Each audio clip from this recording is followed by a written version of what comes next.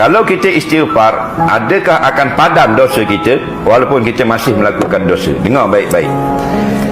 Dalam dunia dan akhirat, dia ada 5 cara menghilangkan dosa. 2 di dunia, 3 di akhirat. Allah jadikan orang beriman bukan untuk masuk neraka, untuk masuk syurga. Faham lagi? Untuk syurga akhirnya. Kita ni untuk masuk syurga. Kullu ummati yadkhulul jannah. Nabi kata dalam hadis, semua umat aku, orang Melaka, orang Terengganu, orang Arab, Mauritania, Afrika, Kanada, semua masuk syurga. Okey? Semua sekali. Tapi kita ada melakukan benda yang menghalang. Yang menghalang masuk syurga ialah dosa. Okey, maka diberi 5 peluang. Dalam dunia ada 2, dan di akhirat ada 3.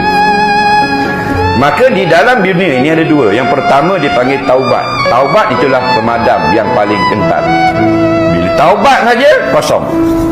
Kalau raba masih ada bulu-bulu nampak lagi. Taubat kosong.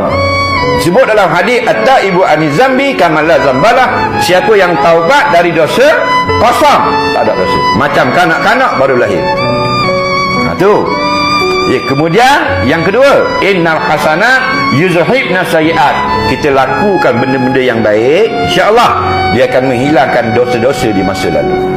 Dulu banyak kita yang jahat, banyak tengok haram, banyak pegang haram.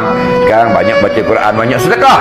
Dengan perbuatan baik kita sekarang ini, yuzhibna sayiat, dia menghilangkan dosa-dosa lalu.